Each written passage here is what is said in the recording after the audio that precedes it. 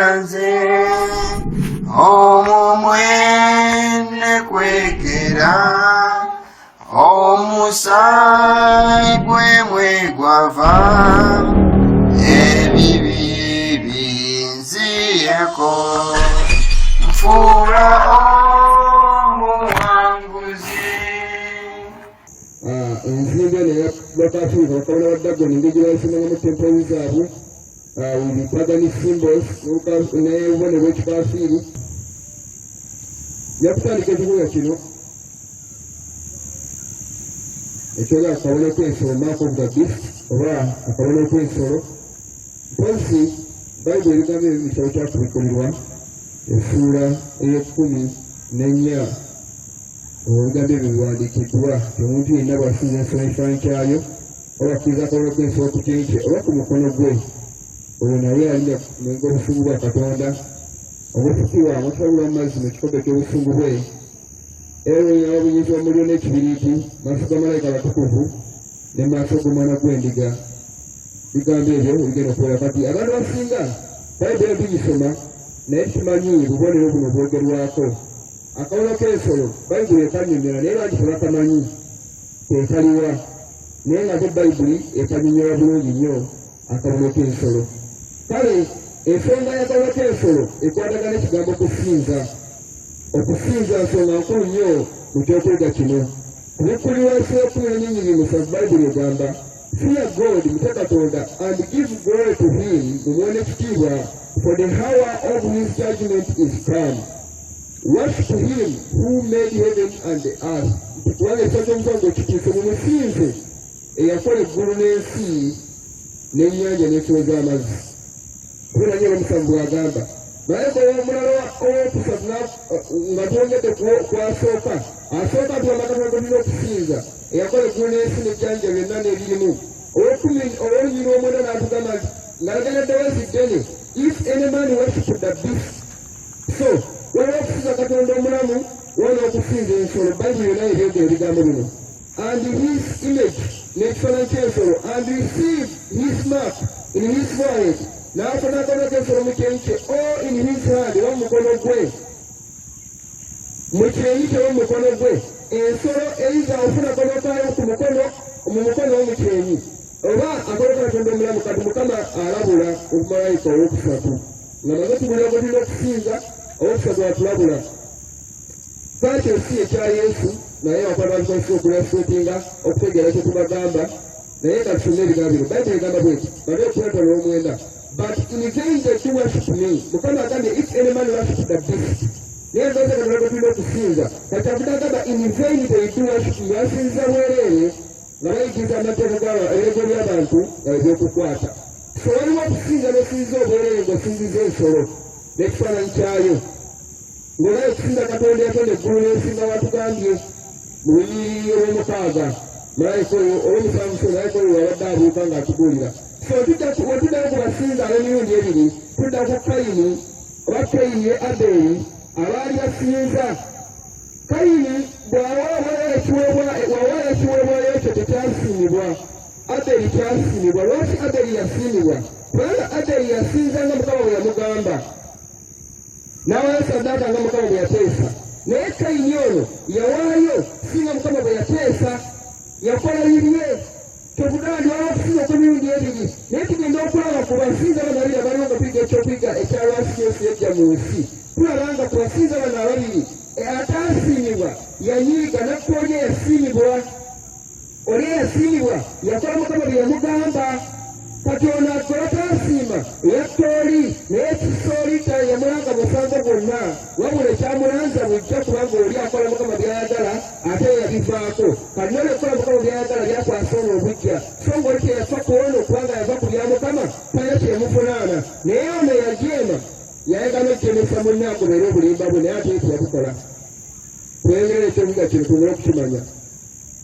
Ate n'okensolo bayibuli mugisoma naye temutegera bigambo bino baganda bange. Mark of the beast bwe bujeemu ery'etteeka lya Katonda. Disobedience to the law of God is to receive the mark of the beast. But what is the mark of the beast? Ensolo tuze tukiraba. Ensolo nfuzi onamusatekene ensuula ey'okuna ensolo y'omusanvu tulaba ensolo ezo omusanvu ensolo nnya naye ddala ewabannyonnyola bayibuli katonda amulaga nti ensolo nnya eziolabye tebakabaka abana abaligolokoka so which means this means kingdom era tulaba ensolo nnya ezasooka bakakola emirundi ena bakabaka abana abasooka oba erafuga babulooni ekyanyina kwalaga kukkulu y'ebigambo bino ngera bisi n'ekyate tegeetegeera amakulu g'ebigambo bino naye wano alabudde omuntu yenna obuggya omuleteekala katonda okusinza ensolo tulina tuyiga ebigambo bino tetujjakuba tuyige tugaziyeemu yebwa paapa nabbi wayogerako wano kubanga olwo obunabbi bunene bwayogerako obakuta ensolo 13 ensolo eyogerwako eyigalya abantu ba katonda eyatirirwa mukristaayo nyamudana ensolo y'omusanvu aluyirwa 5 eyigalya abantu ba katonda akalembe kali akagoka ku nsolo yalome enkansiiri siri ensolo y'emu yeyagala okusinzibwa obwakabaka bwe bumu bwenjagala ku nsolo masigu malema zino simba za bayibuli naye mukama bakabaka abasooka abana yabayita nsolo naye yabavumula naye yakosa obubonero webuna mwana ekika ky'ensolo mwagwa okusinza kufugako okwala okufaanana nga tujja okulaba enkya yakwongera okusiba ku bintu ebyo so okusinza ensolo okufunagabako ensolo okusinza okugondera ebikolwa oba enkola z'ensolo ensolo kiisa etteeka lya katonda tuze tulaba tugenda okulaba maaso awo nsolo kyeyo mukama nga bwe gitulaga ekiragiro kya mukama ekisooka mu tteeka eryo kiraga amateeka gali 4 naye waliwo amateeka amakulu agatavaawo ngaetteeka g'emikola agavaawo etteeka eritabolera ta morolo etteeka ery'empisa moro kitegeeza empisa so katonda atuwa etteeka erya moros ery'empisa eryo sinyakuba eyo eryaga empisa za katonda so eryetteeka lino erina empisa limu ebiragiro 10 10 commandments zezimaking etteeka lino eyo ery'empisa 10 commandments ekisooka mukitandise thou shalt have no other gods before me tobanga na bakatonda bala wendi mukama akigaana naye abantu balina bakatonda abalala katulabe katono okusinza kwonakona ensonga gy'ekyokuyiga kino eri all about worship obwana obwanyuuli ebiri wonawona basinza omusinza yakola eggulu n'ensi malayika asooka batugamba malayika okusatu n'agamba nti omukina basinza n'ekifaananyi kyayo so okusinza ebitali katonda kusinza setaani katulaba bakadde bano nga beeyala basinza ebitonde sirebuka n'abantu bano mawanga gaffe nga uganda katugende mu maaso okusinza ensonga gye tuliko abantu bakatonda bawuliriza worshiping okusinza ebitali katonda tteeka lisooka mukama yaligaana tobanga na bakatonda bawala wendi tulaba wano eno okusinza mu nsi ya buwalabu United Arab Emirates mu mwaka guno eno mwaka ogw'oguwedde tulaba paapa yagenda nawaayo ne misa namba era n'abawalabu ne bajja ne batuŋŋaana abasiraamu okujja okuwanga basinza emyezi okulaba bapuleyisinga era bamussamu ekitiibwa mulaba ndowooza kulaga zentale zaali zewuuba naye sindika nga bawagira puleyisinga ne basinza kubanga twalibawo katonda mulamba mulaba ndowooza webadduka okutuuka ku mmotoka ye omulabye omusajja oyo omuwalabu oyo omulaba bamwangulya n'akaana baba bagenda omuisiraamu ng'agenda ku mmotoka okulaba nga akwatako ku mukulu atiisiko aweweere kale okona kusinza osaana omusiraamu nga tyasinza omukatuliki kyewuunyisa obunagula owonyera okukakasa amaanyi gaabo n'obutuufu bwabwo nga bituufu ddala bikulu emisa yagikwata mu nsi y'abawalabu era ebbanga litambuddeko omwaka guli oguwedde amawulire gano gatambula wonna ne gabula naye abantu bakyazibya amaaso etteeka eryokesabya ekyokubiri mu tteeka ery'empisa thou shalt not make unto thee any graven image teyokolanga kifaananyi kyole isu ya wano kifaananyi kyole graven image okolera ensolo ekifaananyi it is making a graven image eyekintu ekyere kiri ku nsi weza obutaki engraving na mikono gyo naye nokyengravinga wedde wekiri kirekeddwawo n'okyekolera n'ebirala byonna naye n'osinza abo bakolanga ye bwakola ng'okyatambulamu nawo nga tumaze okola kino kyesibike it is in the case that even the Protestant churches which keep Sunday as the Sabbath, this image of the beast calls them the image of the beast because they are looking similar to the beast itself or in himself. Kubanga beast eno si nsolo yennyini naye beast muntu kubanga mu Kukolosero 13 bagala ku muwendo gw'ensolo agamba kwanga omuwendo gw'emuntu. So it is a number of man. Omuwendo gw'ensolo Lukanga 6:6 it is a number of man. And this number is 666. Tugenda kirabako katuyongereyo. So okoleeza ekifaananyi byonna bikulu nnyo era disitulikibala nga yegenda okuvaamu enkola n'okukoleeza ekifaananyi makanisa gonna okwegakiramu naye ng'amenga agenda osooka okukikola okulaba nga ekolera ensolero ekifaananyi okubanga esinzibwa. Ekyegera ekyokusatu, thou shalt not take the name of the Lord thy God in vain. Abantu bazannya kunya ya Katonda Bible egamba for the Lord will not hold him guiltless that taketh his name in vain. Katonda tagenda mutwala nga talina musango, tagenda kwekyerera maaso ga Katonda. Oyo yeepampalikira ku linnya lya Katonda abalayira nti mu linnya muga Katonda abo kimu. Naye waliwo baneno n'abeeyisa amannya ga Katonda mu bitaliimu. Omulandu gw'okwebuta katulabe Bayibuli ng'etunyonnyola okweta amannya ga Katonda. Kusigeyeena erindiridde abantu abo yademera abannaddiini naye amanya nga tebatazannyirwako. Katulabe kudemba 6:6 Bayibuli ng'egyogerako n'engeri tuyinza okugigattamu kukitegeera kubanga abantu babuzeebwabuziba ku nnamba eno. Ennamba eno ekweteka mu nkofiira eyitibwa the purple tiara. Enkofiira eyambalwanga olaba Kabaka Mutebi we baaba beemutikkira endaggalanya n'enkofiira gy'ayambala ng'amutikkira tagyambala yambala enkofiira eyo ereeterekebwa. Enkofiira bagiyitako ng'atikkirwa webulabe naggalabi. So ne papa yenenga mulonda afuna banjala enkofiira eritikkira ebifo gyeyita purple tiara. Enkofiira eyo eriko talita eno ekibwa ekweteddwamu erimu omuwendo 666 tugenda okukibala wano eno mutegeere amakulu ga nkofiira eyo omuwendo ogwo gukirimu. Genda okwala ebigambo bino eno mubitegeere. Ze emikaka egy'esatu era yebitikka ebisatu n'enkofiira eyo line esatu z'erina tobulaba 666 era nzengula zirisatu ku nkofiira naye nga tunyonyola mulabire abo abooluganda obutuufu bw'ebigambo bino. Engula eweetyo eriko ne globe waggulu omupiira ne musalaba waggulu tulaba nti globe. All of these symbols are pagan symbols with the cross on top of the globe, which means that Tammuz is ruling the world.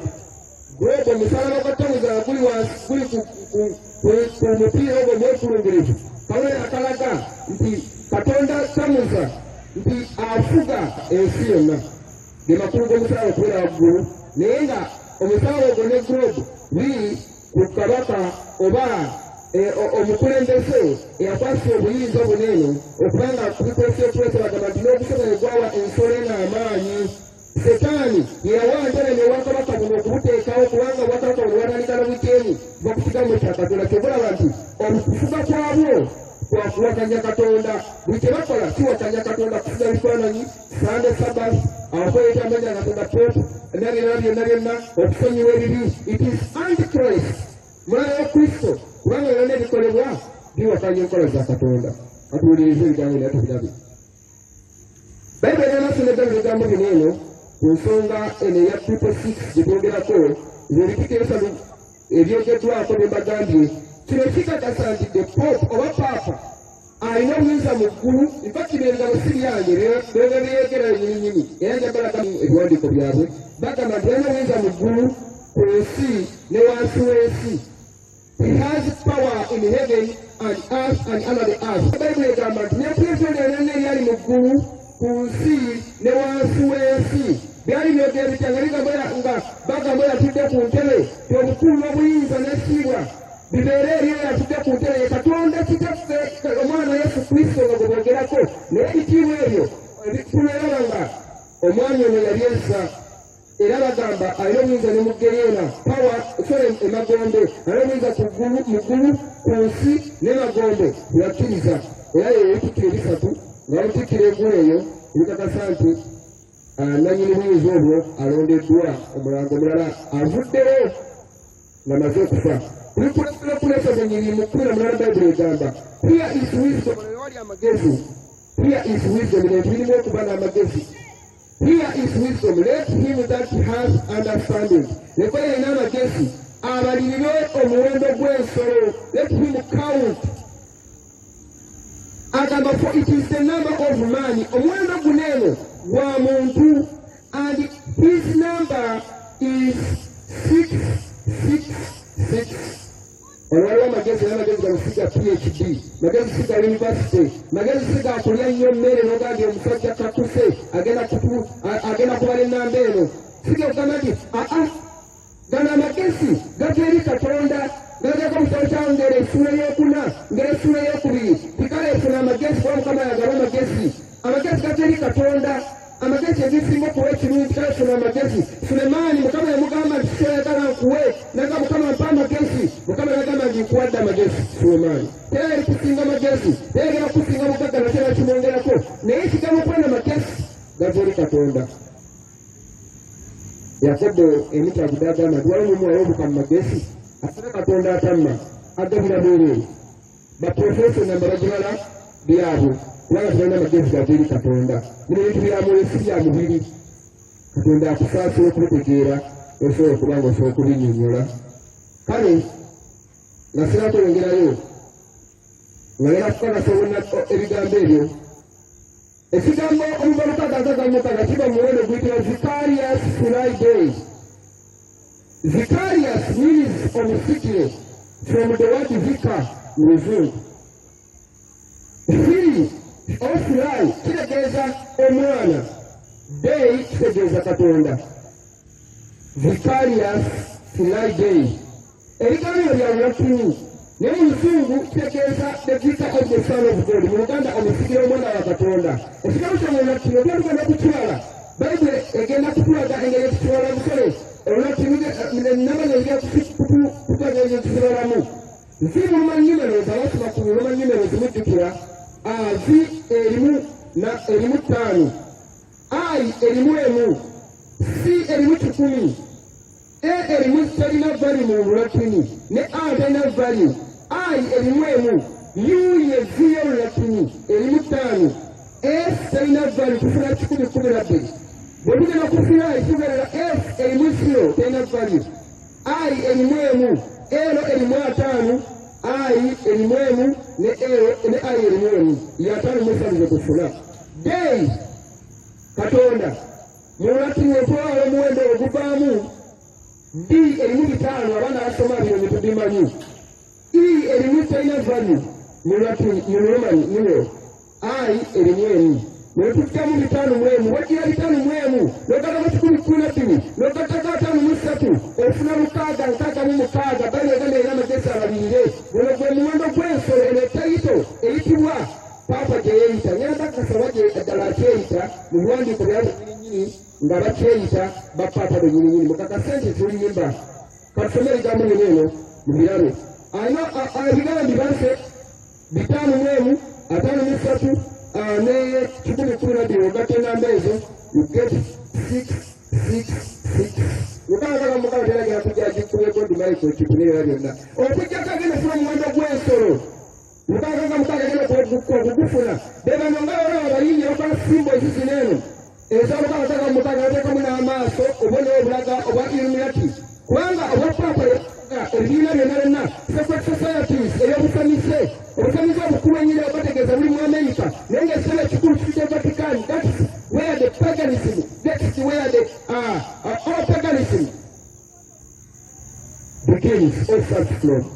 Obwetwala ensi yonna nenkwadde mulabanga obukristaayo naye obusanise obukulu butwanyibwa nga mu byafaayo mu mawulire agafuluma buli mu America era abantu abasanira bageneboleka naye ng'obusanise kabaka abasanise it is Vatican tebutudde kubanga ekitebe ekiwakanya Katonda openly nga tekyambadde ekyambalo ky'obukristaayo n'ebibiina ebyalirana bigoberedde n'ebigera mu biwandiiko bino eno nsaba abantu mujje mulabe ekyokuyiga kino okukata okuwunzika naye mujje museeyo ebirowoozo ky'okuyiga kino kwasigala basibula amaaso mu bintu bingi nnyo bimadde muwakanya mubadde muzanyiramu abantu bajjanya n'enjiri eno wonyingi esembayo mu kitundu kino eno mwali badde mutwamukisa guno ku ntegerabaka buno ng'essaawa zikyaliwo tomanya byankya naye mukama akwadde omukisa otegera emesegi eno bwe lugenda maaso mu nze ligabi naye mubirabe tubakasa tutya nti ddala omwami ono yezika omusinga omwana wa katonda ku nsi popayas ow'11 yagamba mu mwaka 1922 nga apuli 3 mu mwezi gwa kuna nga 3/1922 yagamba you know that mukimanyi nti I am the Holy Father Taata omutukuvu the representative of God on the earth omusikire wa katonda asiikira katonda ku nsi the vicar of Christ kimala omusigire wa Kristo the vicar of the Son of God vicarious fidei which means I am God on the earth kitegeeza ndi katonda ku nsi bayibuli egamba yesu yatulabula nti azuula omwana alisonyiyibwa azuula kitanga alisonyiyibwa naye azuula omwoyo omutukuvu talisonyiyibwa tolowooza nnaku lugenda kutya paapa yenenye asonyiyibwe tebakulimbanga kubanga nti ogumuyisa paapa gwa bujeemu tasobola kwenenya kubanga he is antichrist mulabe wa Kristo erigana etwagamba tetuleeta byanjwanja tuleeta ndowooza zaffe ge mazima ga katonda agali plain ag'obuwa abantu ge banyaama bayibuli egambye omusajja agambye you know that I am the Holy Father mukiwandize nadde omutukuvu the representative of God on the earth asikira katonda ku nsi yesu katonda temukyerabira ekyo the vicar of Christ omusigire wa Kristo which means I am God on the earth tegeeza nze ndi katonda ku nsi Pope Pius XI nga ow'11 bwatyo bwe yagamba 1922 ebigambo bikugambye nti ayina amagezi abalirire tubaliridde omuwendo gwo ne guva abanaakaayana simanyi be mukaayana basome nti katonda abakafiiri twaomugo papa gwakwata semusimbo alpaganism gye bakubanga katonda bubasome nti gwemugo gugo gwakwata n'ebisoterere egyetuniganye egigenda okubojja globe ne batomete akozesa simbo eyo kitulabe ekifaananyi kyaba katonda abano ba illuminati abayimbi kyebakozesa tulaba n'omugo ekifaananyi kikiina mugo gwe kinaano mu kifuba ne papa gwe mugo gwakwata gwegumatisaktide tewali njawulo katuyongere ekikulu kyatwalaga mazima atayagala olowooza ntulimba munaye tulina kyakukola omulimu gwaffe gwegugugo mugo gwe mbadde mbagamba oba simbo yiyo eri ku kifaananyi kya baphomet era gwe mugo gwegumu ayitibwa omutukuvu gwakwata olwo antichrist era kyobola nti yeeta katonda ku nsi setaani yasooka okwagala okweyita katonda bayibuli katonda ali omu yesu yaleerwa nti yesu katonda mwomutukuvu katonda n'ekitaffe katonda ne teyaliyo katonda asatu ali omu yokaana ebbaluwa esooka essula 5:7 bayibuli egamba for there are 3 that bear record in heaven record eyo katonda God that record they bear it 3 of them it is one record but they bear it 3 identities 3 big deities basaba bagira record eyo the Father the Word and the Holy Ghost and these 3 are one tebali mu kintu kimu tibagasamu ne bali asatu beyawudde n'erikoti eyo eyitibwemu katonda kubanga bayibuli batukola omuntu mu ngeri yaffe katonda nakola omuntu mu ngeri ye mu kifaananyi kye mwe yamukolera naye tulaba nga bali basatu nga bakola naye tufuna katonda wa ku nsi this is devil himself tulikwesa okuwesa tutagudagamba obusobozi bwawa obwa papa amaanyi n'okufuga kwabwe kubanga bayibuli bweraga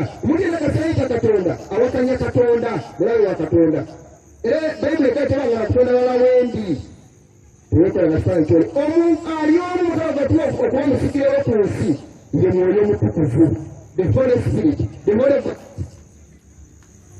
kale abamuvuola bonna terisubi lya kusonyiyibwa nammwe abantu ba katonda bali mu bibiina ebyo balimbiddwa katonda abakoola mufuluma ebibiina ebyo mujja kufa mujja kuzikirira senjigi gibuli awatali kutya kwagemanya katonda okulokola eno nkiri manyiga katonda size ebiwandika bino ebigambo naye mpulira nga ndi comfortable okubibulira kwage mazima amazima bwagakweka obulimba bwajja babikkiridde era n'amazima banga bagabulira atagabulira ng'agatumbirira bannange oba nayogera ddala nakirawo batya no truth remains truth and error or falsehood remains falsehood terikiyinza kufuuka kirungi ekiro ekifuuka kirungi nekiro ekifuuka kibi nekiro ekifuuka kirungi kino ekirungi tekifuuka kibi okuggyako endaba n'endooza abantu yekyuka neva ku mulamwa baterengereyo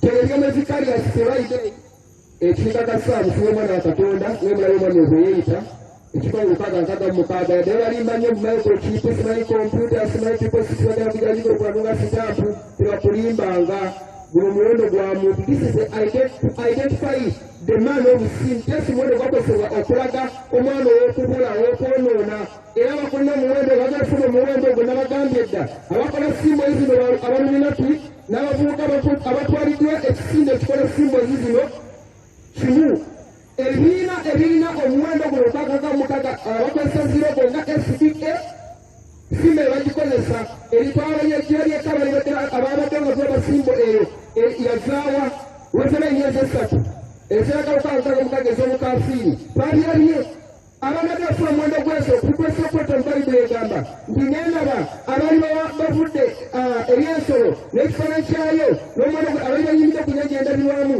abaali bawangudde ensolo ekifaananyi ky'ensolo omuwendo gw'ensolo n'omuwendo gw'erinnya ly'ensolo abaali bawangudde wende ku nnyanja endabirwamu okuwangula ebyo olina okulaba ng'ofulumye mu bibiina ebipraisinga ebiwa ekitiibwa ebigulumiza omuwendo guno eno era nga bagukozesa oba nga basamu ekitiibwa enkola z'omwami ono emu ku yo oba sande n'ebirala byonna okubiviira mukama olinaofuna muwendo ogwo ekyo nkibabuulidde naye akabi kasembedde katugende mu maaso abantu bakatonda bawuliriza etteeka lyakusatu nga ekiragiro talusomesa wetuliko naye awali kalumenywera mulaba omuwendo ogwo gwe mbadde mbagamba abagenda ogufuna simba emugiraba oyo bamusajja muyitibwa ayitibwa spiritualist abaganda n'emizimu omukolo guno SDA Federation yaguliko nga bali ku religious liberties nga bakuŋŋaanya wamu akula abasamize abagala n'emizimu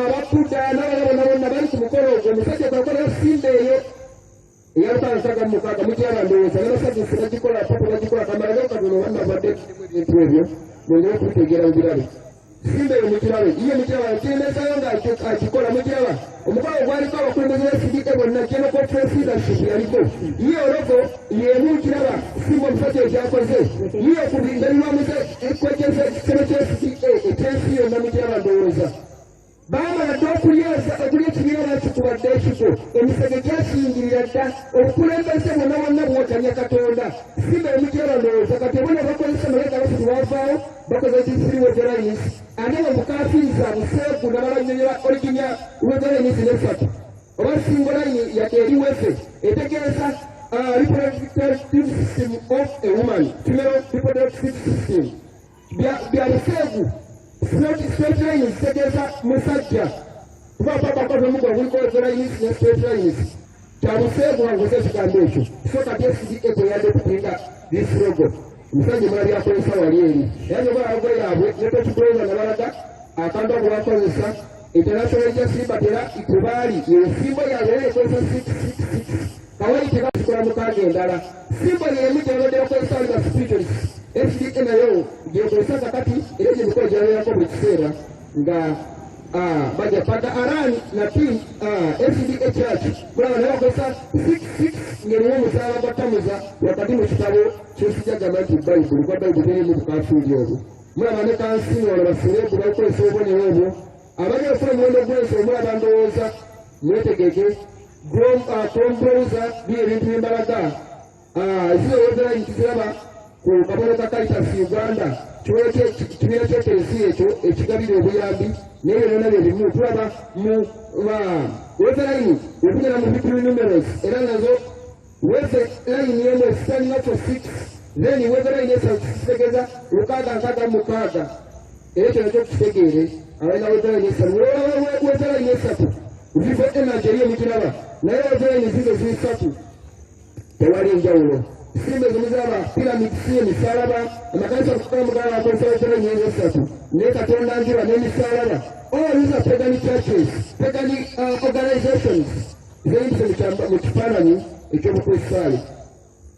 Katugende mu maaso, sijja kuzimenya ababaddewo okuddu mu birabye obudde sirina era GSDA teyaga kuyagira ku kisabo ekyaddemu document okuli emisitale egyesatu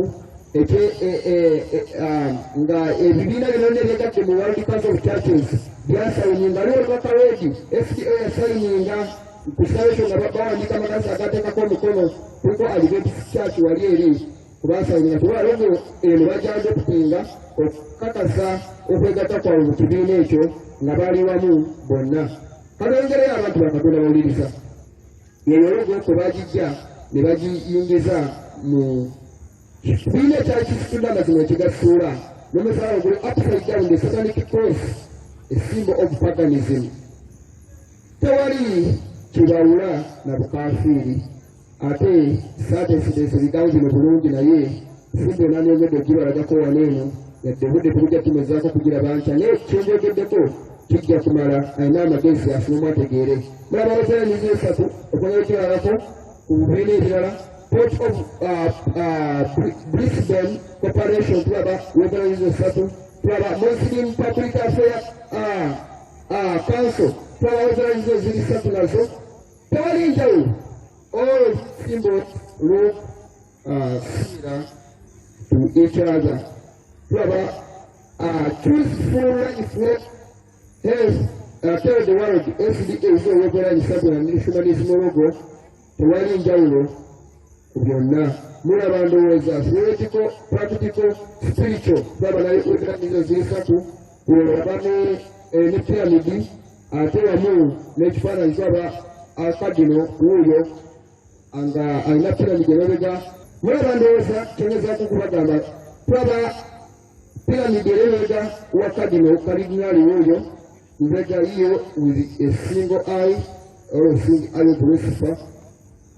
Hiyo baserebo bagambyeko bagikozesa 666 papa Nicola yakozesa simba eyo ng'atadde ku maaso abiri bw'ati. Simba egikozesa bonna wamu bagikozesa basatanisi bonna, buli akozesa simba eyo satanisi basamize. 666 tumugira yakuzanya ng'omuwendo gufuka buli wamu. Twalabe naawo katukisumi ey'abasooka n'ey'amasaakalamenti aba omusalaba ogwo n'ekisalo ekirekule n'ebulayinizi zonna ziwalaze origini y'emisalaba nagibalaga luli wagye byava nga bya Katonda tamuza the Sun God. Tujjukira origini y'omusalaba ogwo ebyavamo ne bi Ash Wednesday okusiga emisalaba mu byenyi byonna byava eyo terina bikola bikolagana bukristaayo byonna bukafiiri. Ebyo twabirabye nsala kubiddamu akadde sirina. Amanya ga Katonda mpozi atonga bajjukiza mujjukira n'abalaze simba y'FDA logo y'FDA wezalanyiza esatu n'ekwekerezya zaba karidinaali naye ekyambalo kyo akyambadde faaza era zino wezalanyiza esatu ngalo ziri kuno. Tewali njawulo era omuntu w'okutegeera ategeera naye atajja kutegeera era tunayogera obudde okutya tewali kiyinza kukyuka naye ate amagezi bajja kuzuukuka. Olugenda mu maaso atandike wano erinnya lya Katonda lyetuliko abalizanyirako. Zabuli 11 olw'omwenda tulinawo ababiyita b'abaleverandi. Bayibuli egamba bweti he has sent redemption unto his people, yasindika okununula eri abantu be. He has commanded his covenant forever. Yalagira endagaano ye emirembe n'emirembe. Holy and reverend is his name. Erinnya lye tukufu lyera lyakutiibwa. Yetunyewe bayita abatiibwa, omutiibwa kadino wamala, omutiibwa gundi agomanya ababitiibwa ebivuwa Katonda. Erinnya lya Katonda reverend is God's name. Omuli alina okweyita reverend avoola Katonda era yeeyita linnya lya Katonda. Abantu bangi beeyita mannya ga Katonda ng'ogyeko Pope, Father, reverend nago geego. Abalokole beeyita baddaddi, babayita baddaddi endiga zaabwe. So balabona buli muntu bazanya linnya lya Katonda. Etteeka ly'okusatu balimenya. Ekiragiro ekyokuna kyenyaga tusindeko nnyo essira the seventh day Sabbath olunaku olw'omusanvu the mark all the seal of the living God. Akolero ka Katonda omulamu. Sande yateekebwawo olunaku olw'okusinza Ezekera essula y'ebyonyibali bayibuli egamba hallow my sabbath. Ekigambo sabbath kitegeeza and they shall be a sign. Kijja kubeera akabonero between me and you, wakati wange nammwe. Sabbath means rest. Buli muntu Katonda yamugamba nti wumula n'awumula. It was a symbol that God is the ruler or is the leader of his people. It is a sign of obedience.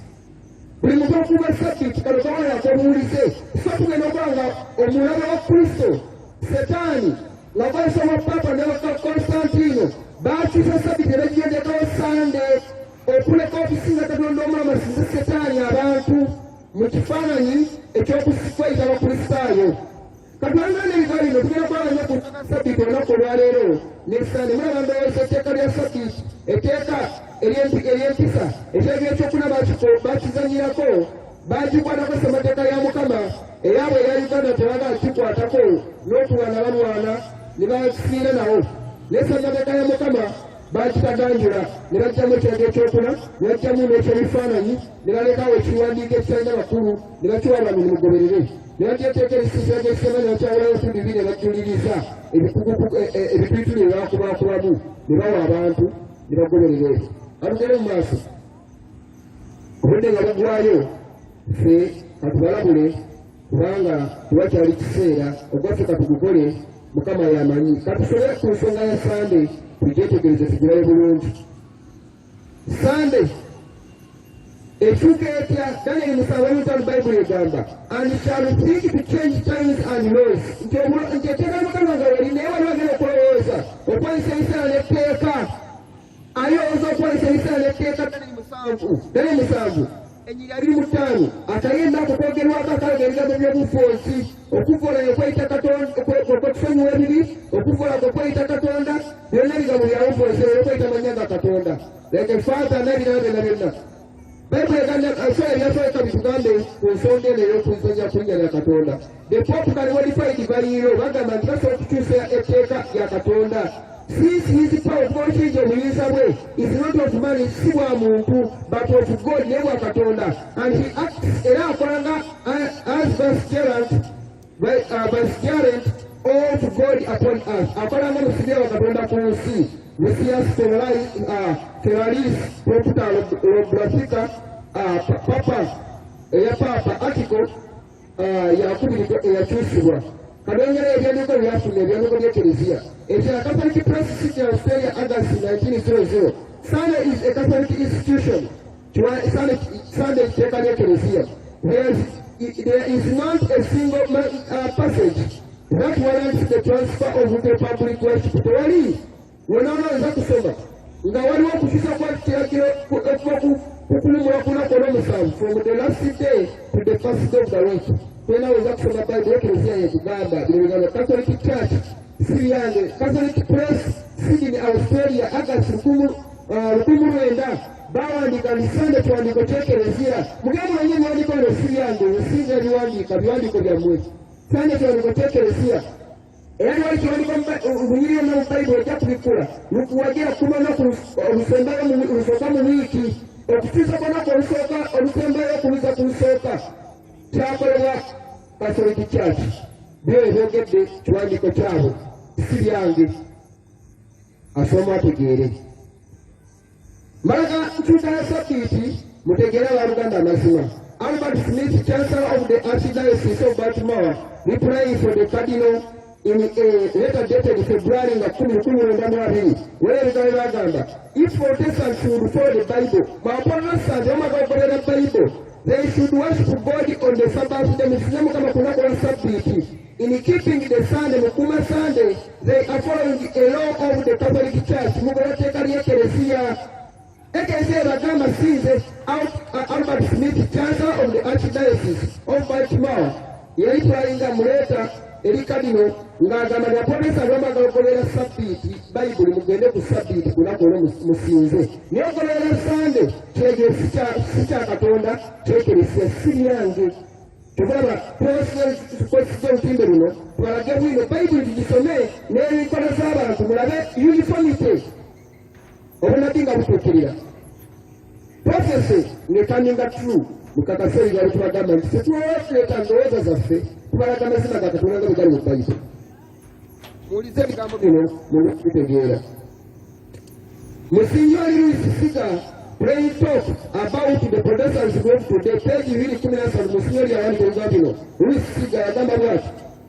Thus the observance of Sunday by the Protestants, the West Kuma Sunday nga Protestants bakikuuma is an homage they pay in spite of themselves. Ekitiibwa okuwaayo ekitiibwa kye bawaayo mu kifo kyabo okwewaayo okugenda okuvuunamira omutukuvu ndowooza olwekereza okugivuunamira okusinza Sunday kye kimanyiza okugikolera to the authority of the Catholic Church.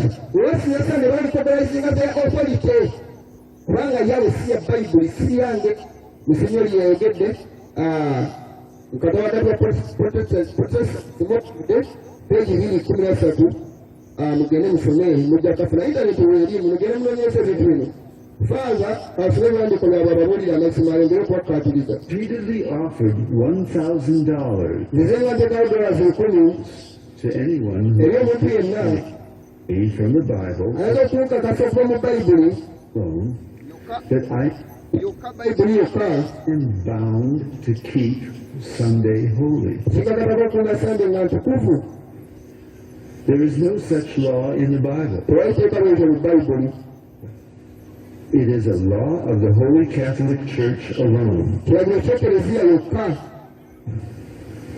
The Bible says, Bayibuli egamba remember the Sabbath day to keep it holy. jjukira olwakasabbi okukuma nga lutukuvu.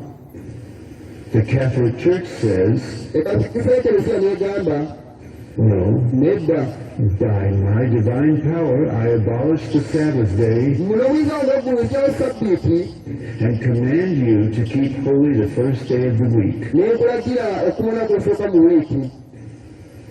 And lo, ng'era laba the entire civilized world ensi y'abantu abagunjufu bonna bows down in reverent obedience bavunnama n'obuwulizi obw'ekika ekyawaggulu to the command of the Holy Catholic Church. olw'ekiragiro ky'ekereziya.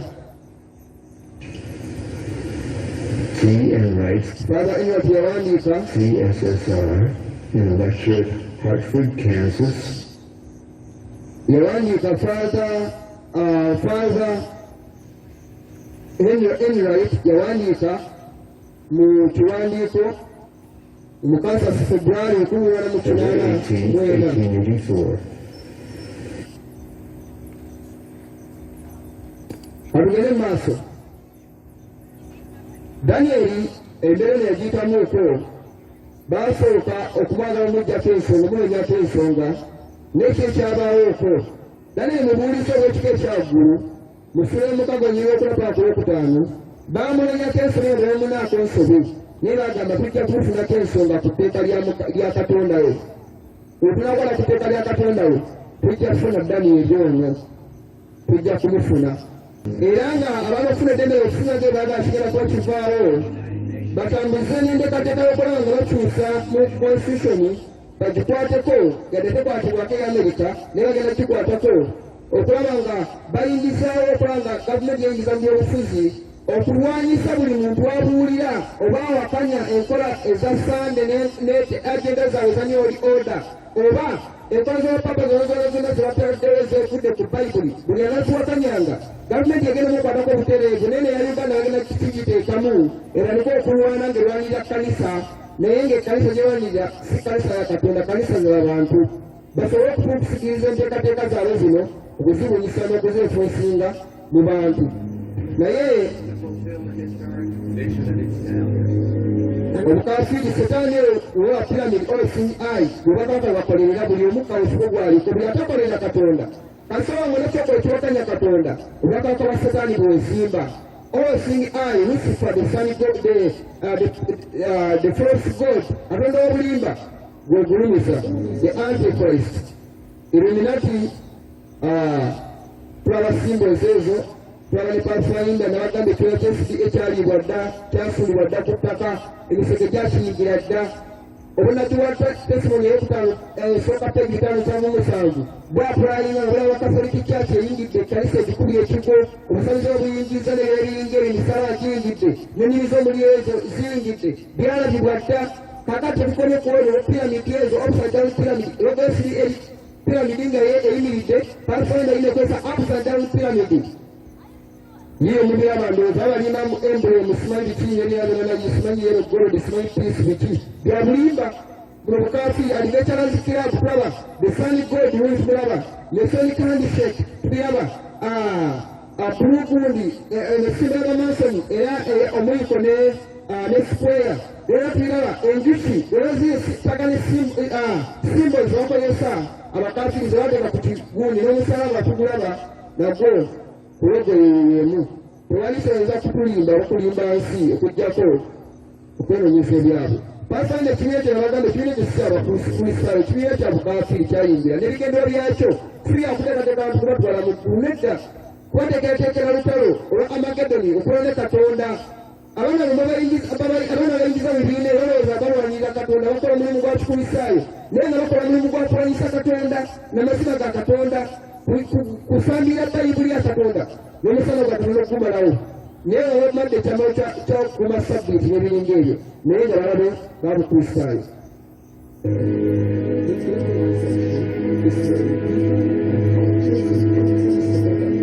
people and cultures baagala okukola nga balina common good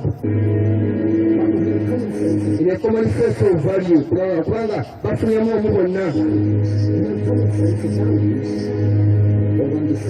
naye ng'omu yafunamu kubanga papa benedicto oyo yali zayininga 16 owandiika the disturbing spread of the social disorder okubeera nga waliwo obutabanguko mu bantu war entalo and injustice totally mwenkanya and violence n'obukambwe in our world munsi yaffe can ultimately be countered only by renewed appreciation of and respect for the universal moral law byekussaawo n'okutegeera oba okuddamu okusigula n'okussamu ekitiibwa etteeka eribunawona n'eryensi yonna whose principles derive from the creator himself ng'enkola z'etteeka eno zizijja ku tteeka lya mutonzi lyawa kwetteeka lya mukama ligamba jjukira kusabiri kubanga lutukuvu ennaku mukaga kolomala olw'omusango owummule kale tteeka la sande lijja nga ligamba omuntu okukola ku sande ngaera it is punishable to death yalugenda okuba mu kyotiga kino ebera butambi obwonoona mbulina nga bwogera mone nga gasoma ka Vatican News Network nga bwogera nti omuntu anakola ku sande kijja kwanga kimuleetera kuttibwa is punishable to death naye nga bagambye enkola zaalyo zigera tujja okuza katonda zennyininyini ka mukama agambye olunaku lw'omusanvu muwummule mugondere ekiragiro kyange ne ekereziya balina etteeka lyoseti nga beegasamu n'abakulembeze b'ensi eno bulikwesireki omusanvu nga bakaka b'ensi bwe bayenda naye era tuzirese bagagala obukaba bw'obwenzi bwe beeteryamu okulwanyisa katonda bateeka batteekera sande okulwanyisa abakristaayo okubanga batuluyimbula nga bakyali mu ddaaka egy'ensi Daniel esula y'omusanvu obunabbi obudde bufuukirire ebigenda kuddamu n'okwikula esula 11 obunabbi obukulu baaliwo nga mu Bufalansa oba 11 era bugenda kuddamu mu kiseera ekisembayo era olwa Daniel olw'okumala emyaka 26 nga obunabbi obwogera n'owa Daniel n'okwikula esula 11 bwaliwo era bugenda kuddamu era gy'emyezi 42 bonabona bune butegeeza emyaka 26 egeeza gyamala okuva mu mwaka gwa 578 AD paka 1798 nga batuyimbula buli atyebedde enkola z'obukafiiri batulimba bakulize mujiga papa Francis ono aliko yeenenya yeetonda okutandika obulina nga yeenenya kwatta abantu atubakako okukyuka ne mutusonyiwe naye tebakyukanga lwaki bakyukanga enkola zonna z'obukafiiri ze baali bebakirako abantu bakatonda zikyagenda mu maaso kukyuka kwe omuntu yeenenya akyuka naye banga bakyakkiriza sande nga esabbiiti bakyaita ebitala katonda ya paapa bakyakozesa erinyera katonda mu bitaliimu tewali kukyuka kutimba bantu bbula ekyo babuli amazima b'oluganda bawuliriza buli muntu ali mu bibiina mukama akuyita individual ozeemu mukama obusungu obugenda kujja agenda kuzikiriza ababi leka kufira omubiri y'abasajja tewaliyo nga bikola ebintu byabwe bulungi omukola ajeneza bazikola nawe zikukosezaamu batonze endwadde nioli oda tegenda kuvalinga nti lyoka omubiri mu bibiina byabwe kigenda bayamba no n'ekigenda kyabwe kyakutirimbula bantu bassa abantu mundwadde mundwadde zibatondawo enteneggulu entalo ezikolebwa bafunamu banyweza amawanga bagaggawadde ku musaayi gw'abantu bakatonda naye ebyo byonna mukama wemwagana mu bibiina ebyo nemusa ekimu n'abantu abo mujja kubeera accountable n'emisango egyo naye mukijja bateekebwako ba Mukama agambye come out from among them and be separate that you receive not of her plagues. Mulema kusa kulabiriri lyabwe nereta okufuna ku bonyabonyo byabwe. Mukama ayita mu bantu aleme kussa kimu na bibi by'abantu abo. Buli wabeera n'omubi n'omuntu atambula obubi ku kyalo bagamba nti bonna bonna beeramu. Ne Mukama bw'oba otambula n'abantu abagendera eddoboozi lye era n'awajja kuteeka mu ttuba lye limu nsobola bakuyita come out from among them and be separate. Kiruma muganda nga wuliza ebigambo bino. Ekiseera kiwedde abantu bajja kuzikirira bajja kubookya. Mukole ng'obudde bukyaliwo ebibiina byonna ebyononese. Temuva kubaza naye ebibiina ebyononese ebiwatanya Katonda tubyobulidde wano ku buzindaalo. Ekitwa obulira bw'Oluganda amazima gano. Tewakyali budde mugolokoke ng'obudde bukyali. Katuyongereyo. Katuyongere tuwulize ebigambo bino. Tumaze kulaba omusajja ogenda wale Father era amateeka naye agagenda kujja kuga Katonda era agambye omusigira tulina kunsitegeza Katonda ku nsi eyo tayito bagyetisewo nabonapa bonana bali mu nsi obudde tukulira nenaleeta embalaga paapa kuba paapa yasooka paka kwona aliko nembalaga olukalala lwabwe bonna bangi balinawo nabona tayito ne bagitambuliza bagikozesa n'obuyinzawo nabazira bukozesa omufaliko erina okufuga bakabaka b'ensi bazze bakikola ne kakano bafuga tebakikyusa nga tebakigangako agenda abwe kyatambula paka ku nkomerero bakabaka ekkumi agenda okuwa obwakabaka bwabwe ensolo eno eyakulikwesa 17 erina amati 7 n'amayembe 10 badde mbawe obwakabaka bwabwe bagimuwe okulaba nga efuga naye bayibuli ekugamba agenda kumala okufuga n'ensolo okumala essaawa emu Mukama loke azikiza obwakabaka bwabwe balinga bagamba mirembe tewali kabi ngadda ng'eyemuna n'olunyirwa biriwetanu waga nti olwagamba nti olw'emirembe bagenda nzikiriza bangi by peace bishaveswa ennene bagaba mirembe peace n'emirembe egyo si gya Katonda gya kibi bagenda kuttiraako abantu Katonda bangi olw'emirembe egy'olulima gye batasuubiza naye waliwo bagamba nti mirembe Mukama loke abazikirize bayibuli bwe tugamba okumala ekiseera ky'olungi kyebagenda okumala mufanya era n'olowooza bafunye agenda kukola obwakabaka bwe tugenda kuyimirira naye yali mukaaga bitugamba William Bush yayita Papa Benedicto ebigambo byakozesa nga bamubuuzizza. Sir, you said famously, when you looked into Vladimir Putin's eyes, you saw his soul. Yeah. When you looked into Benedict XVI's eyes, watuna amaaso ga Papa Benedicto olw'okumi n'omukaaga yalaba ki? you see God. Yalaba Katonda God. Olwo Bush tegeeza bakabaka b'ensi abayenda basinza bwe yatula amaaso ga Benedicto yalabamu Katonda kubanga naye yayita Katonda ku nsi nono bamusinza. Good way to end the interview. Thank you, sir. Thank you, sir. My pleasure. Mukannabbi ne mukakasibwa kulesa olw'okumunana Bayibuli egamba and all that dwell upon the earth shall worship him. Bw'onaava okunsira ligisinza whose names amanya gaabwe are not written in the book of life agatandikiddwa mu bitabo by'obulamu eby'omwana gw'endiga yatibwa okuva kutondebwa kw'ensi Kristo yatibwa okuva kutondebwa kw'ensi ne buli muntu yenna atandikiddwa mu kitabo amanya ge mu kitabo ky'obulamu agenda kusinza obwakabaka buno eno kubanga agenda kubaako ebyokanya obwakabaka bwa Katonda ow'omu ggulu. We really understand the devotion of Saint Francis of Assisi for the Lord Pope, Olala Mweta Mukama Papa, the daughter spokesman of Saint Catherine of Siena, towards the one whom she called Sweet Christ on earth, Lwaita Yesu Muwomu, ow'okunsi kuno. Pope John ow'okubiri. 1996. 1995. Catholic National, July, the Pope is not only the representative of Jesus Christ. Ye Papa sitting mucho, Mesiso wa Yesu Kristo kustoka. He is Jesus Christ himself. Yesu Kristo yini Papa Yesu yini. Hidden under the veil of the flesh. Tungatoke gansi, kwa mumubiri ogw'obuntu. Nenga Papa Yesu yini gumulaba, nga Papa. Ne Yesu gumugambi. Yesu bani agamba omusigira ali mu mutukuvu. Which means Papa mu mutukuvu yabalungamya.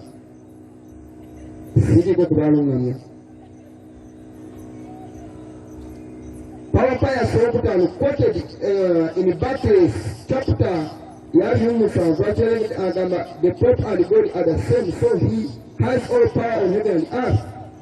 Hivyo sivyange Hope is not only represented by Mazokulabao, Woodley, Tebulina.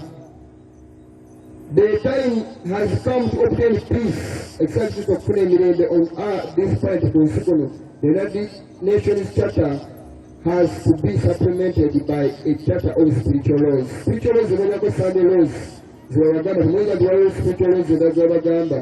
We will get a free ram. There is a good amount. And by peace, and by peace shall they say many. Tell me of peace as by Kizakato. Bosama, Arabic, Atawa sending workers, Jesus, and Namus of Tenaga, this minister. Rather, coupled in Uganda, we want. What Worker Intelligence Council of Uganda. We also work on the regions for peace. Amadini already ended. They are looking for peace.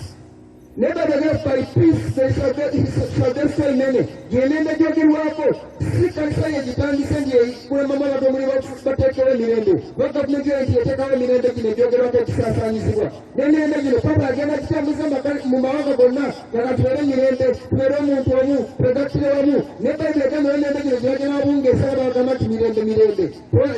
Bible yagenda kusikiriza bangi mu nkole emikiralimu. Okita abantu okutenda w'endwadde kubanga kales basobola okuteekawo odaalo for out of kales abaganya okwegondera bagenda kusikiriza n'abaganya okugondera enkola z'obukafi bagenda kwezikiriza.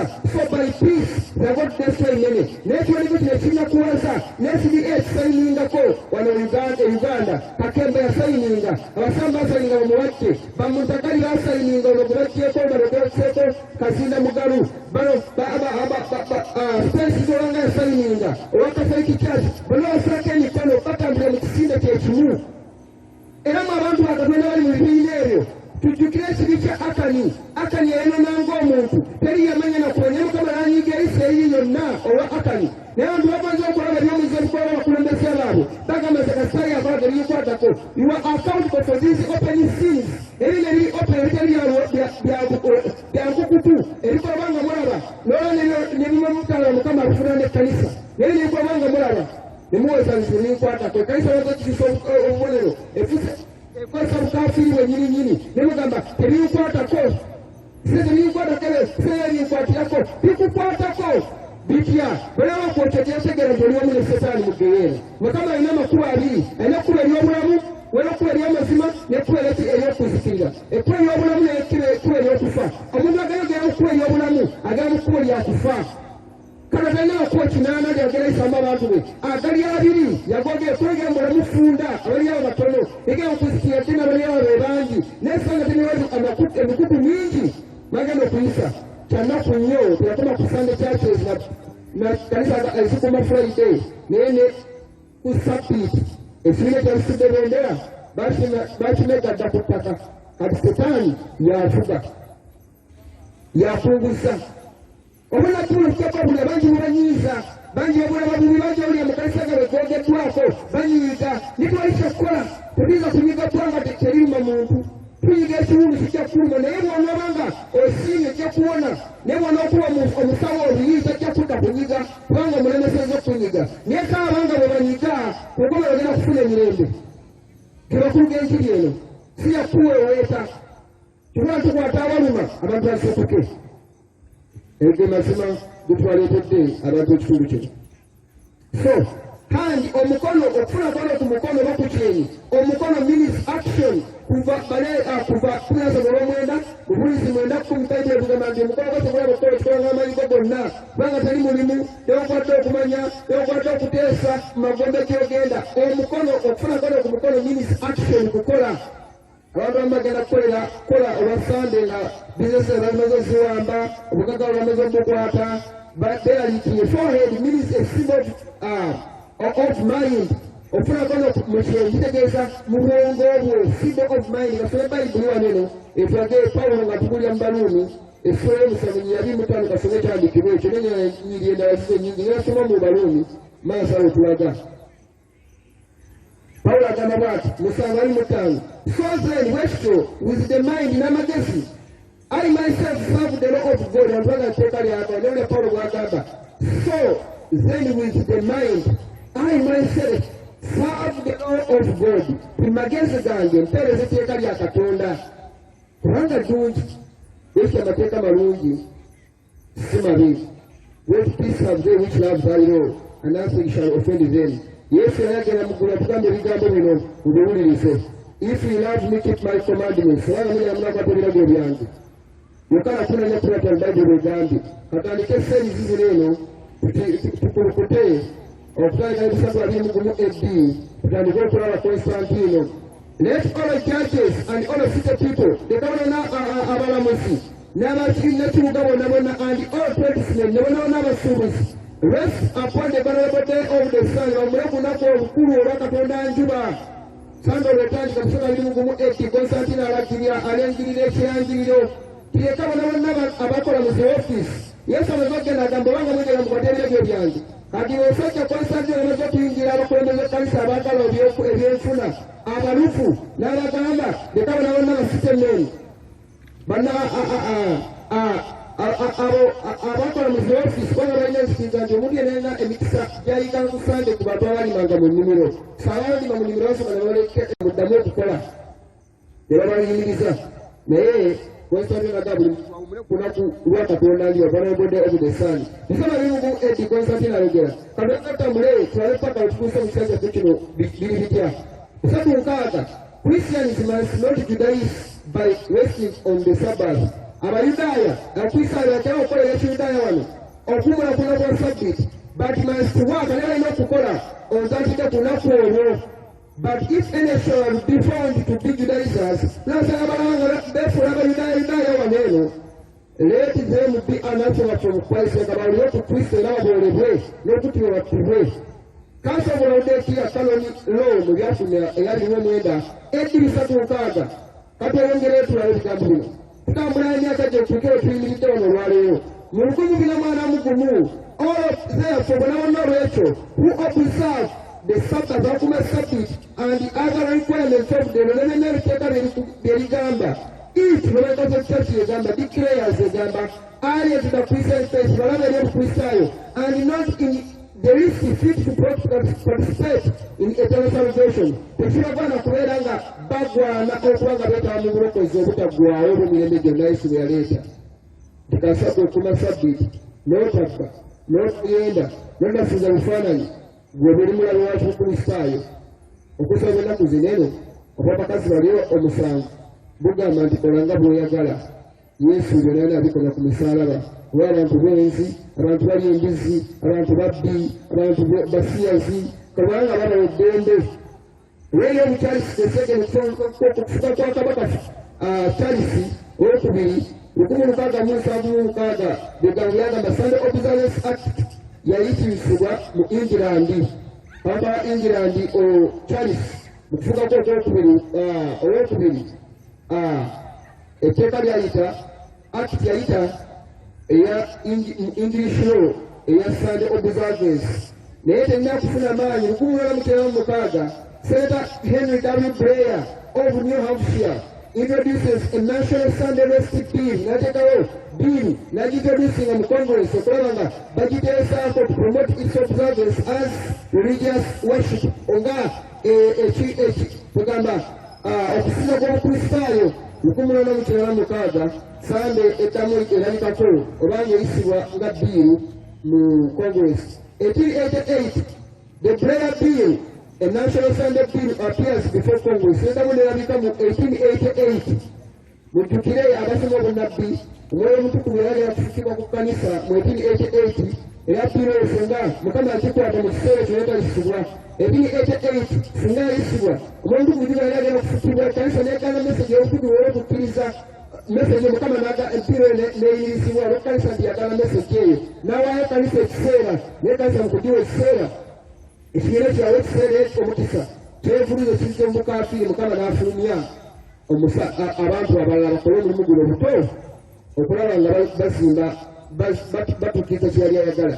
Era sena 1888 bakola omulimu ogwo Yesu yalikomyewo naye tebakola mulimu ogwo biweewo n'eyimirizibwa Mukama olw'amaanyi ge n'agiyimiriza yadde yaddamu naleka mu Congress. Eno baali bagamba okuyiga obutuufu bw'okukkiriza ng'eri biweewo eyisibwa 1913. This organization proposes in every possible way to aid in preserving Sunday as a civil institution. Sunday laws must be enforced. Quoted principles awusijja kusooba ebiwanvu nnyo, but the Ladies' Alliance 2023 report 1913 page ya 6 baddamu okulaba nga bagaba Sunday law must be enforced. Sunday law nga batalaga Sunday gaddamu galetebwa mu maanyi naye Mukama ng'azipattewo omukono gwe okulaba nga tegiyisibwa. 1961 US Supreme Court rules Sunday laws are constitutional for social purposes. Martha Gowan mu Maryland owokutaano Maryland ng'ogerako 366 US 320 twala nga Supreme Court eyisa Sunday law nga eri constitutional era etiyaba ku bintu mu mirimu gino egyabudde for secular purposes. 1977 we believe that the Sunday closing laws deserve continuation. Massachusetts Council of Churches February nga 1977 Bakiriza nti Sunday amatala okugalawo ku Sunday geetaaga okwangerengera gagende maaso. Constantino ge yataddewo ne kamala ne kakoma mu 1798 Paapa n'omutwala mu kkomerawo Napoleon n'amuttireeyo amaanyi ago ne gakoma ago ne bafuna obuweerero ne basa ku kikowe. Kati bagaba geetaaga okuddamu geeyongera kubanga ekiwundu kyaleka kikibitiddwa tukyasisebagwawako wano nga the wound must be healed covered telekubanga nga kiri open. Ebeyongereyo 1978 Ladies' Day Act passed in Ontario and Saskatchewan mu Canada. 1999 Germany plans to make Sunday the official day of rest for the European communities. 320 million citizens, and Germany is pushing for Sunday to be officially designated. Germany mu London Daily Telegraph gafuna emali yago Septemba 1999 tusembera mu myaka gyaffe gino bangi bali mu 1999 Church and State July ne August 1999 page ya 1 a new purple encyclical palettes church support for Sunday legislation. Papa n'abandi ge tuwandika ekyabo na makanisa gonna wonna ng'ayagala okuligisa otteeka ly'essano kubanga baliteekawo nga lirigo. It also called for government recognition of Sunday as a day of rest and worship. Ne gavumenti eweze ku lunaku luno lw'olunaku olw'okuwummula era n'okusinza. Church and State ne gafulumira 1999 tusembera Sunday abantu bagizanyisa bagiwakanya naye nga tubabulira amazima agali ku Sunday. 1998 Christians will naturally strive to ensure that civil legislation respects their duty to keep Sunday holy. Abakristaayo babagamba mufuukulanga abakristaayo abakumba Sunday n'abakumba Sabbiiti abava ku mulamwa naye mufuukulanga Sunday teekabawo nga etteeka. Papa Paulo II Dies Domini yafundiza ebigambo 1998 Christians should seek recognition of Sunday and the church's holy days as legal holidays. Christmas, Easter, Ash Wednesday baga ezino kubanga nazo ziri legal. Obukristaayo bufuukulanga ennaku ezo zitongozebwa. Catechism of the Catholic Church, Popular and Definitive Edition, 12 paragraph 12:18 byafulumira. Sunday bigiraga kya efuyingibwa.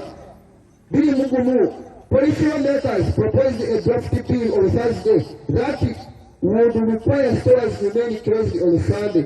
Prime News Warsaw, Prime News Poland, abakozi amateeka baproposinga bill nga egamba ku Thursday bagipropozing bagiyisiza nga bagamba nti amakanisa gonna gaggalewo ku lunaku lwa Sunday. CNN gafuna biri mu ebiri. European Union decides to keep the Sabbath day holy. European Union EU tugimanyi. These are Catholic countries. The Christian Post gafuna December 23 biri mu ebiri. Christian Post.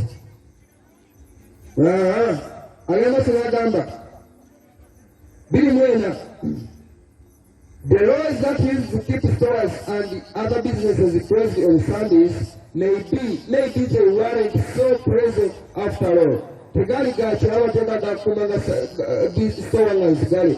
CBS channel 47 Jacksonville nga munana nga mugomunana nga mwenda bili mwena bagamba stowa zidemu zigalewo nga wekyali. Otongera mu bili mwena mu nyini Stressed Out Society could use this restful Sundays wa the Washington Times gafumira mu gwomusanvu nga 17.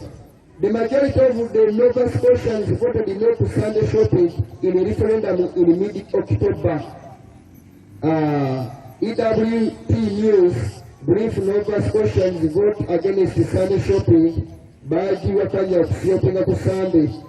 Gano seti abaka gundi pilot yegira. Time magazine jali na limu tano bili mwena.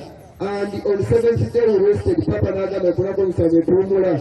That is Sunday bakulima ngani wagoya kusabili na kuwa mkama. Papa Nikito address September kwa msambili musavu. Mukadawaga kwa trumpet.com. Agama give the sorrow its Sunday. Sunday ememe diyo Sunday yayo. Give Sunday its sorrow. Ne Sunday diyo ememe yayo. Sunday shop worship. Tuwondi okusinga kwa Sunday yalabula was not just a piece of potential jobulagiro to be casual adherent to kwala isowo kitiibwa ng'ekya bulijjo but a necessity for all people nekyetaago eri abantu bonna. Papa Ndikito eyalizayininga eyogera tweyongere omulizo. Papa Ndikito okuli 6 Sacramentum Caritatis February nga 27. The feast of the chair of Peter, Ekigiro Petero, yagamba Sunday is the primordial holiday and is meant to pick up the holy, a day of rest from work, which hopefully will also be recognized by civil society by law. Byegamba byagamba byebyo nkyeyongerawo naye yagamba nti olunaku lwa Sunday lulwokumwanga butukuvu era okuva ku mirimu gyaffe era rufuyoku rujja kubanga recognized by society by law. Government enotongoosamu ekitiibwa nga tteeka lye likozesebwa so si bigambo bugambo by law. Sunday law is coming. The money said is not in the pipeline. Okay. February 8th, the Croatian Parliament has passed a law forcing the shops to close on Sundays in a concession to the Roman Catholic Church. Croatian Parliament yayisa etteeka erikaka abantu okugala amaduuka ku lunaku lwa Sunday nga etambula mu nkola oba mu kisinde oba mu kusa ekimu naye kanisa yeekebeza CBS News bafumba mu gw'omusanvu 28 gaago atweyongereyo. Thank you very much. Trump katugere mu 2017. Thank you. Trump katumulabe ye afukamire kakyaliko ali mu kisanja kye agala kwesiba ekisanja kyekisembayo mu kisanja ky'ekisanja ky'ekiri yakola katulabe. Americans have always come to the aid of their fellow countrymen. Mujja bivulula naye gye tukanzivumye katuwulirize buwuliriza. Friend helping friend, neighbor helping neighbor, stranger helping stranger. We've seen it, perhaps more so than at any time, so vividly at least, during Hurricane Harvey. From the beginning of our nation, Americans have joined together in prayer during times of great need to ask for God's blessing and God's guidance. When we look across Texas and Louisiana, we see the American spirit of service embodied by countless men and women. Brave first responders have rescued those stranded in drowning cars and rising water, and I have to tell you that I've watched the Coast Guard. Thousands of lives have been saved by our great Coast Guard. They have done incredible work in the most vicious seas that they've seen in many, many years. Families have given food and shelter to those in need. Houses of worship have organized efforts to clean up communities and repair damaged homes. People have never seen anything quite like this. Individuals of every background are striving for the same goal, to aid and comfort people facing devastating losses. As Americans, we know that no challenge is too great for us to overcome. No challenge. We invite all Americans to join us as we continue to pray for those who have lost family members and friends, and for those who are suffering from this great crisis. And behind me, we have faith-based people. Kandandikira abaganda emabega wange wano yasooka butyava tabanguko bwali buli mu Amerika n'agamba nti twali mbeera esobola balina kuwangula era baagala okwegatamu okusaba ku lw'embeera ey'abantu abonaabona bali obubiina ebirala biringa ebyo. N'agamba nti emabega we waliwo abasajja abakayingo mu nzikiriza, abasajja abajjudde okukkiriza, abasajja b'abantu abasibwamu nnyo ekitiibwa. And especially so in their communities where they're not only respected but they're loved. Evangelical leaders, Christian leaders, many people of faith. And I just want to thank you all for being with us today because we're going to be signing a day of prayer. And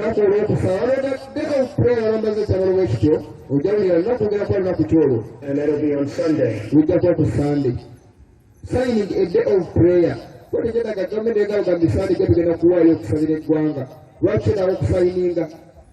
Signing a bill, a day of prayer, and it will be on Sunday. It'll be a very special day.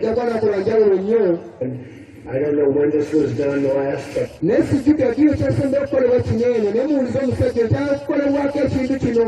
been a long time ago. Is that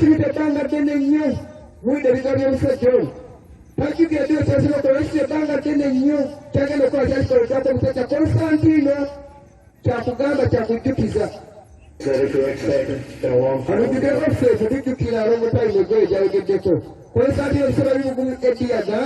Let all the churches and all the city people and all persons rest upon the variable day of the sun. Era musatu nkaaga nga tulaze okulaba ne bakamaze okutambula tulabanga abakrisaayo balagana okukolera ekiyudaaya era babalagira okubatta abaali balina okujeema etteeka abaganda it was last done long time ago tatajjukira naye tetujjukira waliwo akabiigako waneeno sandero ejja tulwanjala kukwesa etuwezerongira ku Bible egamba nti and the beast which I saw was like unto the leopard agamba nti ensolo gy'abalinga engo and his feet were of a bear n'engeri balinga ebyeddubu and his mouth as the mouth of a lion n'akamako n'akamwa k'empologoma and the dragon gave him his power okusala bwagiwa amaanyi setaani and his seat n'entebe yaayo and great authority n'obuyinza obungi obungi obufuuka n'okusikiriza pulezidenti b'amawanga batandika okubanga bagivunnamira balogerako obwo ensolo eno si kiragiro kyonna lwaki ensolo nalina ebigere ebyeddubu ng'erina akamwa k'empologoma ng'ate eringa engo kati ngeri babuulira lwaki ebigalo bibiri ebigere by'eddubu kitegeeza ng'eriyita ku mazzi ne ku lukalu buli wamu etuukawo ge makulu g'ebigambo ebyo akamwa k'empologoma yali nkambwe era ng'eyogeza n'obukambwe n'amaanyi n'obuyinza eddiba okubanga engo ng'erina obukodo ne ati nerina n'obukujjukujju bwesobola okukozesa okulaba nga ekola enteekateeka zayo zitwale mu maaso nebwagi yalinga engo akamwa ka mpologoma ebigere bya ddubu okusoma obugudiwa amaanyi n'obuyinza obungi obuyinza obwo bwe bukyusa ne constitution z'amawanga n'okubanga buli wamu recognizing wherever ekitiibwa. And I beheld another beast. Papasi oba papa bwetwogerako obuyinza obwo naona bakozesa n'okulanga amawanga gonna agabavunnamira bakozesa batukiza enteekateeka zaabwe n'essanduuko babeze bagyogerako bano bagyeforsi n'agiteekawo nga konsando gasooka ogiteekawo era egera kuddamu enforcingibwe where bagamba and I beheld another beast come up out of the earth ensonga neeva mu nsi and he had two horns alina amayembe abiri elambu nga omwana gw'endiga and he spake as a dove n'egera ng'ogusota and he exercises all power of the first beast there before him neekoza abayageso ey'olubereberye eyagisooka and causes the earth to to worship, and them that were therein to worship the first beast, which the dear wound was healed. And so there was a king of America. And so they never ended up on one of the Nero the Wolfs in the teeny, that which in the water, Nero again the Satan of Usota, Travel America, not trouble money about signing a theory, Navaga Bagaba. The Taylor of the concert and another Naricola before, the Latavan, Kakatanga and Trump one, Ayogako, Akamayako was done, Neka and Gilgara Trump, Ayogara Soleno, no reason a place of Rama Yuvan, the Timber style, Bruce for the way. Amani Goragona, Wapa, the workers of that ages, Tonga, America, again at the place, what they're going to fire Italy, they're going to Saraka Mawanga, but to present the Katekazayo. So I'm going to sign it, and then a few of the folks will say a few words, and Pastor Jeffers will say a prayer for not only the people so affected, so horribly affected by Hurricane Harvey, but for the people of our nation, and in fact the people of our world.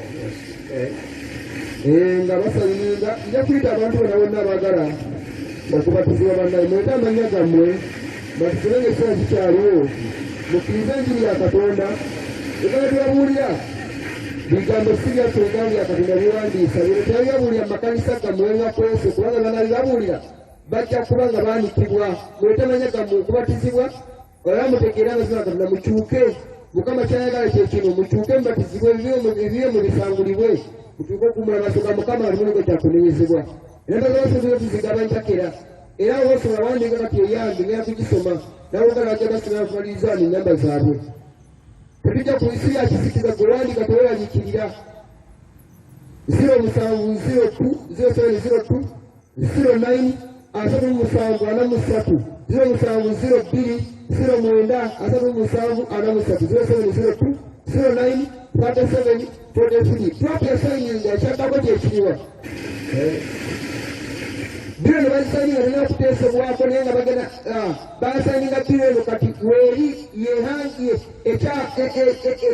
egenda kubanga eteekebwamu amaanyi okulaba nga yeesosingibwa bino eno wenabanga nazokakata bayisemu payment change okubanga bagiyisaawo ng'ekola bagenda kusaawo etteeka yasaniro nga yisemu payment change batanga basebe mukibatuka ly'obudde omusajja bamwita Kazimwe Aswaimaani mumutera omuwuli oyo asoma ebya journalist naye namulyako katambike nayagera kubya sandero ngasala nayagera kubya sandero nayagera kubya payment change naye payment change bagiyese bagitaddewo ng'ekifaananyi naye nagenda saali emabega neŋŋamba naye mumubirabye naye kali kagenda eziri emabega wa payment change tubawembuliddeko ez'amazima ye bambi babirimu ne tabitegeera kubanga ekirootengo ekyo busiraamu senga akimanyi senga akidduka mudda naganza okumasabidi akatonda omulamu naye tebabimanyi esajja bati naye kirungi nnyo nti bebategeddeko ebitono kituyamba okwala babikula amaaso nebitwalaga ebintu bino kuba obudde buwedde nayadde balakakatandika omusajja oyo Bashir Kazibu nga ayogera ku nsonga ziweeno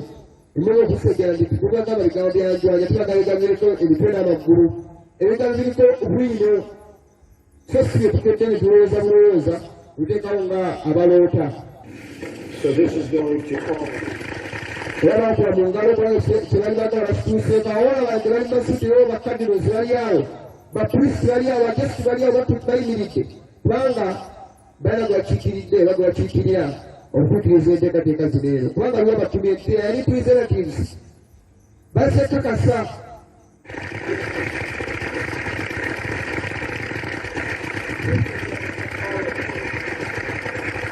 mulaba ndowooza yasaako omukono ku kirangira ekyo agambe ebyo ekyasobola okukolewa naye banga litambudde kiro kiteekeddwako omukono era tubirabye bannange ebintu omubirabye so buli muntu azuukuke ng'obudde bukyali tewakyali budde Mukama waffe ekiseera kyonna kyonna akomawo obunnabbi butuukirira naye abantu balinga bazibye amaaso.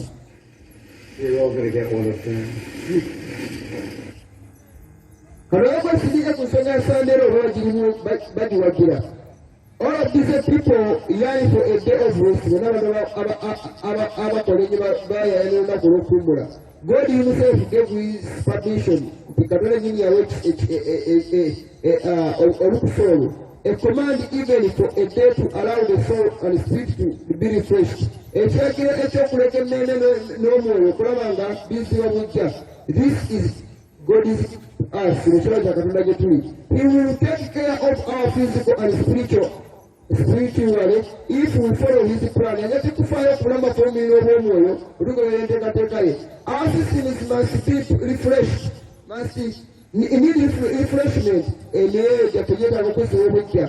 Sunday, yesterday we are Sunday is a special day for this worship and refreshment. Sunday naku lwanjawulo nnyo era okulu nnyo kukweza obujja kuno. Omwami oyo erinnya mujja ly'essomero yagamba, if we want to destroy the Christian faith, wala okuzikiriza obulamu bw'ekikristaayo, first take away Sunday. He was right yesterday egamba he was right yali mutuufu. It is a holiday naku lutukuvu. For those who know Jesus Christ as Savior, it cannot be a holiday. Yabanyi Yesu Kristo ng'omulokozi oyinza okubeera lunaku just lwakuwummula holiday. Not holiday. It is a holiday. Holiday. Birina enjawulo mujjukira ndowooza twabyogeranga. For those of you who have gathered around the cross, eriko nana wakunganya okwetooloola omusalaba sidi egamba kuba balingiza emisalaba abakubeera okwetooloola omusalaba and have been saved and washed clean by his blood. Emunaazi oyo mukuguzibwa n'omusaayi gwe. It is a spiritual sacrilege to do anything else on that day except celebrate what God has done. Ekibi nnyo era musango munene nnyo okola ekintu ekirala kyonna kunaku olwo okujjako Mukama kye tukolera tulina okujaganya. If we attend Sunday, we are going